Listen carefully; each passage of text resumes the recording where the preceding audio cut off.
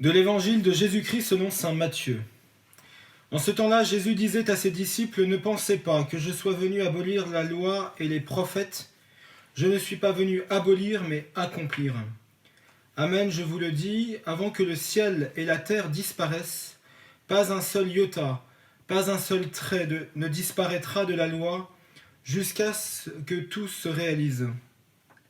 Donc celui qui rejettera un seul de ces plus petits commandements, et qui enseignera aux hommes à faire ainsi sera déclaré le plus petit dans le royaume des cieux, mais celui qui les observera et les enseignera, celui-là sera déclaré grand dans le royaume des cieux. » Chers amis, la loi a été donnée à Moïse sur la montagne, on la connaît, c'est le Décalogue, les 10 commandements. Donc le Seigneur vient nous dire, vous voyez, ces commandements-là, ils n'ont pas disparu. Chacun d'entre eux a son importance, chacun d'entre eux peut être inscrit dans notre cœur.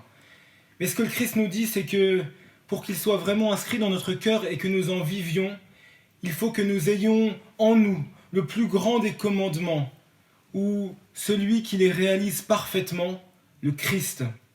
Si la loi de l'amour, la loi du Christ s'inscrit dans notre cœur, alors oui, nous pourrons vivre de tous ces commandements et les vivre avec plénitude.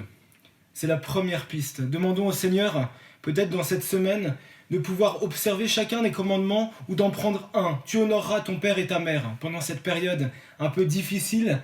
Pourquoi ne pas inventer des initiatives entre cousins, d'appeler nos grands-parents, inventer des initiatives pour vivre justement de cette loi et demander, c'est la deuxième piste, au Seigneur, dans la prière, la force de les réaliser chaque jour, de les réaliser pour en fait avoir une vie chrétienne qui soit remplie de la loi, c'est-à-dire remplie du Christ. À demain.